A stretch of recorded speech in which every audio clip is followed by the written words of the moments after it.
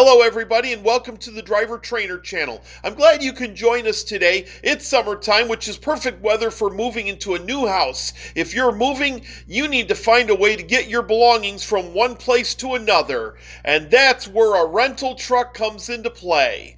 So if you are planning on moving, you want to stay tuned for this video before you book your next rental truck. Now, I want to talk about federal motor carrier regulations that drivers must understand. Most rental moving trucks used for personal or business moves are intentionally kept below the federal CDL threshold, allowing operation of these vehicles with a standard driver's license. Because the federal CDL requirements generally apply to vehicles with a GVWR of 26,001 or more pounds. Now, if you look at your regular driver's license, for those who just have a regular car license, most states will have a classification. Usually it's D. Some states may have a different letter. I can explain that in a later video, how that all works. Most states have a regular car license classification that allows you to drive anything up to 16,000 pounds. Although some states do not have that lower classification, D, F, or whatever it is, and just go ABC and that's it.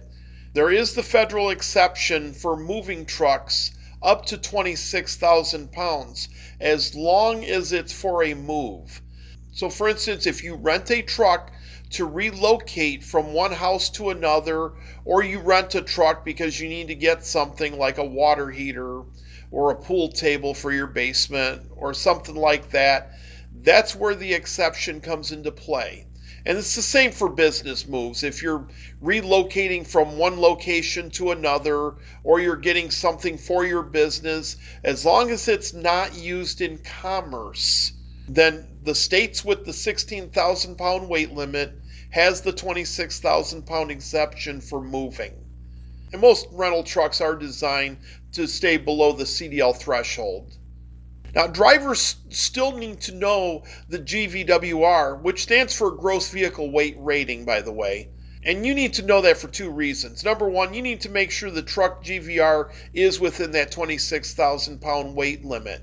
You may go up to a truck and see a weight rating plate inside the driver's side door, and you may see the axle weight might be, say, 12,000 pounds.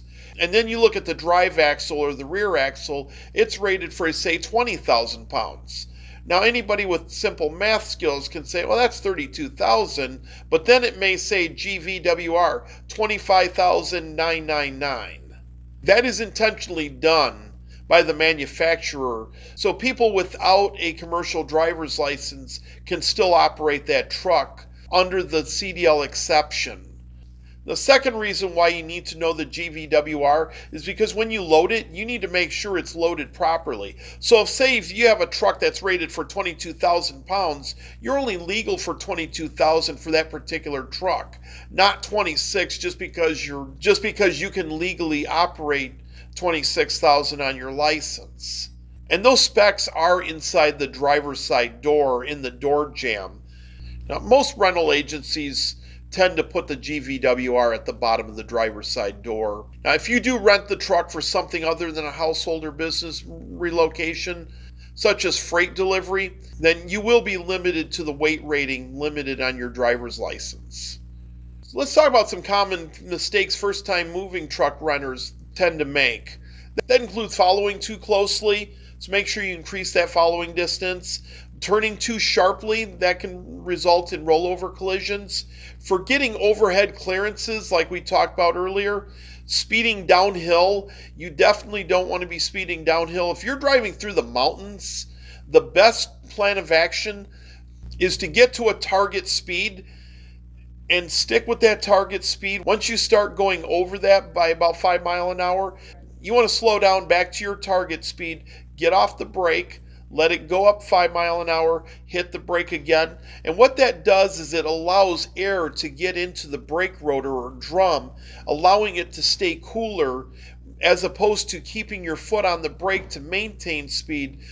Because if you do that, you're going to overheat those brakes. And then as you get towards the bottom of the mountain, you're not going to have brakes anymore. And then your only option at that point is to end up using the runaway ramp. And those runaway ramps are not those, you go up like you're going into a rest area, take a break for a few minutes, then come back down. No, these are basically disposable sites of basically trashing the vehicle without anybody getting hurt.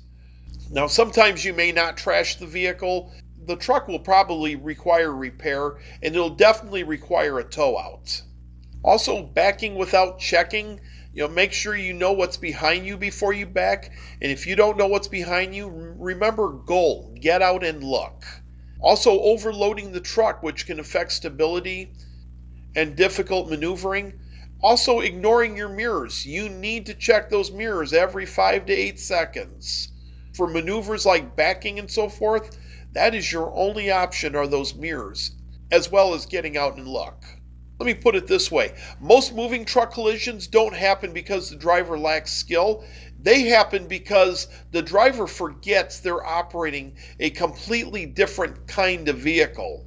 Let's talk about some regulations you need to understand when renting a truck, as there are additional regulations that apply to a moving truck.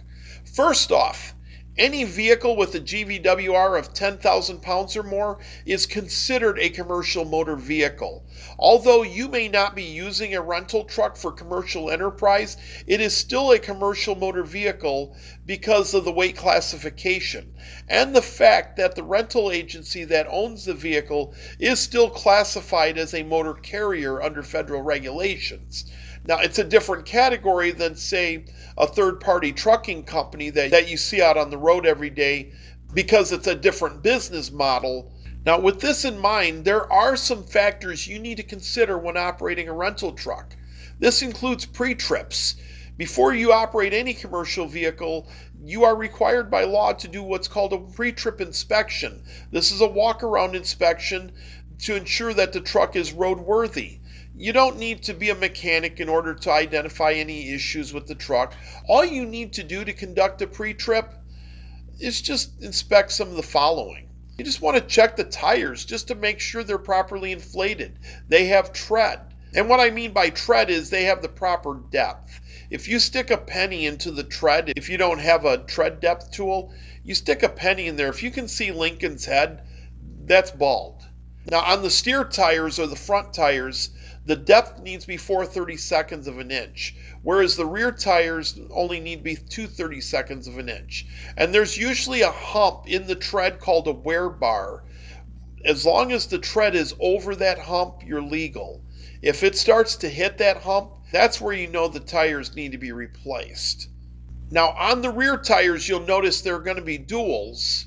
Now, on a regular car, usually you tell a flat tire on the basis that the tire is down and riding flat on the ground. On a truck tire with duals, that's not going to happen unless both tires are flat. Normally, one tire is going to be inflated and it's going to hold up the truck, and therefore you're not going to know that the other tire is flat. So the way to do that is get something to thump those tires, maybe a hammer or something solid, and just thump each tire. And you'll tell if one is underinflated or flat, because obviously it's not going to be a hard thump. It's going to be pretty soft. Also, look at suspension and steering components. Just get under there, take a flashlight, and just make sure there's nothing bent, broken, or cracked. Make sure there's nothing out of the ordinary that doesn't look right. Make sure all of your lights are working. Now, make sure the truck has a valid federal inspection sticker. Now, some states may do their own in-house inspection, basically known as a state inspection. There's still federal inspections that are hosted by a state. Most trucks are going to be a federal inspection sticker, and usually you're going to find them either on the windshield or on the driver's side door, maybe the passenger side door, or somewhere around that area.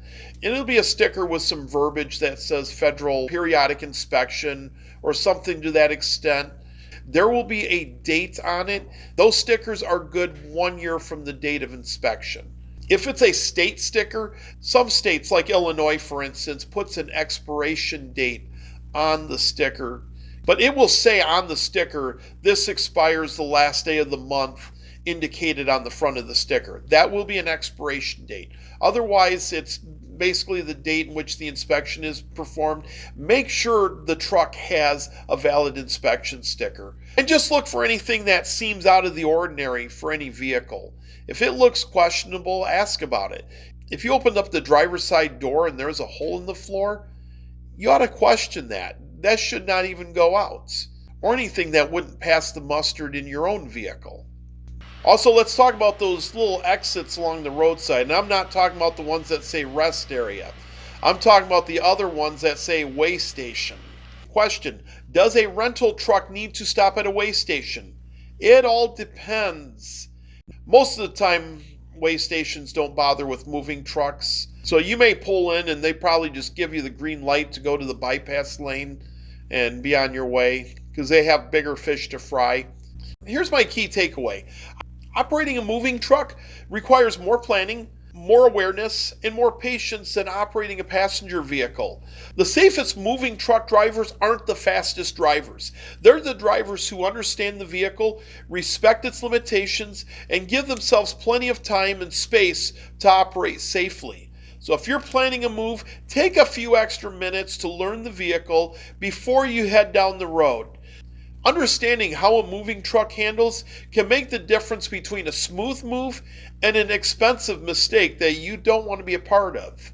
I want to thank you for joining me on this video. I'm sorry it's long, but these are important factors you need to know when you're renting that truck.